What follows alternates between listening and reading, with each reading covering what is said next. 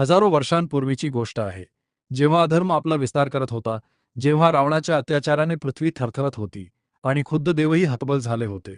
अशा वेळी अयोध्येच्या राजवाड्यात एका अशा बालकाचा जन्म झाला, ज्याने केवळ एका राजवंशाचा उद्धार केला नाही, तर संपूर्ण मानवजातीला मर्यादा म्हणजे काय हे शिकवले. मित्रांनो, आज आपण त्या महान पर्वाचा अनुभव घेणार आहोत, ज्याला आपण श्रीरामनवमी म्हणून साजरे करतो. पण तुम्हाला माहीत आहे का, प्रभू रामांचा जन्म केवळ एका पुत्राच्या इच्छेपोटी झालेला नव्हता. त्यामागे एक खूप मोठे दैवी नियोजन होते. ही कथा आहे एका सत्यवचनी राजाची, एका महान त्यागाची आणि साक्षात विष्णूच्या मानवी अवताराची. चला तर मग आजच्या या विशेष भागात आपण प्रभू श्रीरामांच्या जन्माची ती संपूर्ण आणि सत्य कथा सविस्तर जाणून घेऊया. कथेची पार्श्वभूमी: दशरथ राजाची चिंता. त्रेतायुगात शरयू नदीच्या काठी वसलेली अयोध्या नगरी ही स्वर्गासारखी सुंदरती. तिथे इक्ष्वाक वंशाचे राजा दशरथ राज्य करत होते. दशरथ राजा हे पराक्रमी होते, न्यायप्रिय होते आणि त्यांच्या राज्यात प्रजा अत्यंत सुखी होती. त्यांच्याकडे संपत्ती होती, सैन्य होते आणि मानसन्मानही होता. पण त्यांच्या आयुष्यात एक मोठी उणीव होती: त्यांना स्वतःचा वारस नव्हता. वयोमानानुसार राजाची चिंता वाढत चालली होती. त्यांना भीती वाटत होती की त्यांच्या पश्चात रघुवंशाचे नाव पुढे नेणारे आणि राजगादी सांभाळणारे कोणीही नसेल. राजा दशरथांना 3 राण्या होत्या: कौशल्या, सुमित्रा आणि कैकेयी. या तिघींनाही पुत्र नसल्यामुळे संपूर्ण अयोध्या नगरीत एक प्रकारचे चिंतेचे वातावरण होते. पुत्रकामेष्टी यज्ञ आणि दैवी पायस. राजा दशरथांनी आपल्या कुलगुरूंकडे म्हणजेच महर्षी वशिष्ठांकडे आपले दुःख व्यक्त केले. महर्षींनी त्यांना पुत्रकामेष्टी यज्ञ करण्याचा सल्ला दिला. हा यज्ञ करण्यासाठी ऋषी ऋष्यशृंग यांना बोलावण्यात आले. यज्ञाची तयारी मोठ्या थाटामाटात झाली. राजाने अत्यंत श्रद्धेने आणि भक्तीने अग्निदेवतेची उपासना केली. यज्ञाच्या पूर्णाहुतीच्या वेळी साक्षात अग्निदेव हातात एक सुवर्ण पात्र घेऊन प्रकट झाले. त्या पात्रात दिव्य पायस खीर होती. अग्निदेवांनी राजाला सांगितले की, राजन, हे पायस तुझ्या राण्यांना खायला दे, तुला पुत्रप्राप्ती होईल. राज दशरथांनी आनंदाने ते पात्र घेतले. त्यांनी त्यातील अर्धा भाग आपली मोठी राणी कौशल्या हिला दिला. उरलेल्या अर्ध्या भागातील अर्धा भाग राणी कैकेयीला दिला. त्यानंतर राहिलेला शेवटचा भाग त्यांनी राणी सुमित्रा हिला दिला. तिन्ही राण्यांनी ते दिव्य पायस प्राशन केले आणि काही काळानंतर तिघीही गर्भवती झाल्या. प्रभू श्रीरामांचा जन्म चैत्र शुद्ध नवमी. अखेर तो मंगलक्षण जवळ आला. चैत्र महिन्यातील शुक्ल पक्षाची नवमी तिथी होती. पुनर्वसू नक्षत्र आणि कर्क लग्न सुरू होते. दुपारची वेळ होती, जेव्हा सूर्य बरोबर माथ्यावर आला होता. हवा मंद वाहत होती, फुले उमलली होती आणि वातावरणात एक वेगळीच पवित्रता जाणवत होती. त्याच दिवशी राणी कौशल्याच्या पोटी साक्षात भगवान विष्णूंचे 7वे अवतार श्रीराम यांचा जन्म झाला. त्यांचा वर्ण मेघासारखा सावळा होता, डोळे कमलासारखे सुंदर होते आणि चेहऱ्यावर एक अलौकिक तेज होते.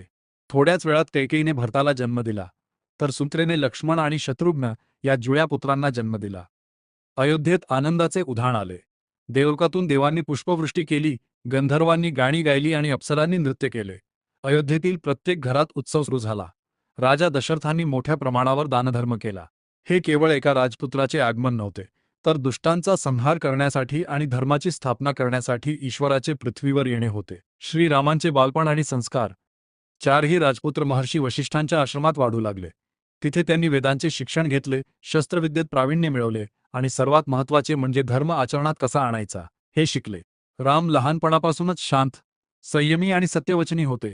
आपल्या भावांवर त्यांचे अतोनात प्रेम होते आणि आई-वडिलांच्या शब्दाला ते देवासारखे मानत असत.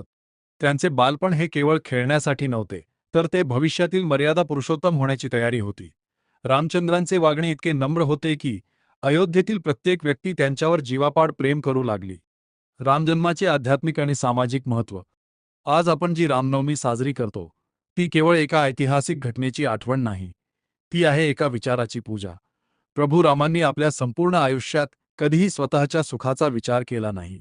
त्यांनी वडिलांच्या वचनासाठी वनवास स्वीकारला, पती म्हणून सीतेचे रक्षण केले, राजा म्हणून प्रजेच्या मताचा मान राखला आणि मित्र म्हणून सुग्रीवाचा हात धरला. रामजन्माचा संदेश हा आहे की संकटे कितीही मोठी असो, जर तुम्ही सत्याच्या मार्गावर चाललात तर विजय निश्चित आहे. रावणासारख्या अहंकारी शक्तीचा नाश करण्यासाठी शक्तीपेक्षा चरित्र जास्त महत्त्वाचे असते, हे रामांनी सिद्ध केले. भारतात रामनवमीचा सण मोठ्या उत्साहात साजरा केला जातो. या दिवशी घराघरात रामरक्षा स्तोत्राचे पठण केले जाते. मंदिरांमध्ये चैत्र नवरात्रीचा उपवास सोडला जातो. दुपारी 12 वाजता म्हणजेच रामांच्या जन्मवेळी पाळणा हलवला जातो आणि भयप्रट कृपाला यांसारखी भजने गायली जातात. महाराष्ट्रात सुंठोडा हा प्रसाद वाटण्याची जुनी परंपरा आहे. अयोध्या, भद्राचलम आणि रामेश्वरम सारख्या ठिकाणी या दिवशी लाखो भक्त दर्शनासाठी गर्दी करतात. रामाचे नाव घेतल्याने मनाला शांती मिळते आणि जीवनातील संघर्षांशी लढण्याची ताकद मिळते. मित्रांनो, प्रभू श्रीरामांचे जीवन म्हणजे एक अखंड प्रेरणा आहे.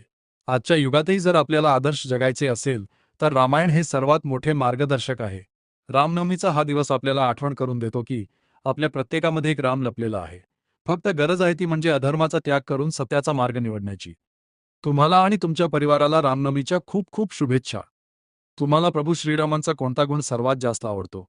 खाली कमेंटमध्ये नक्की सांगा आणि जय श्रीराम लिहायला विसरू नका.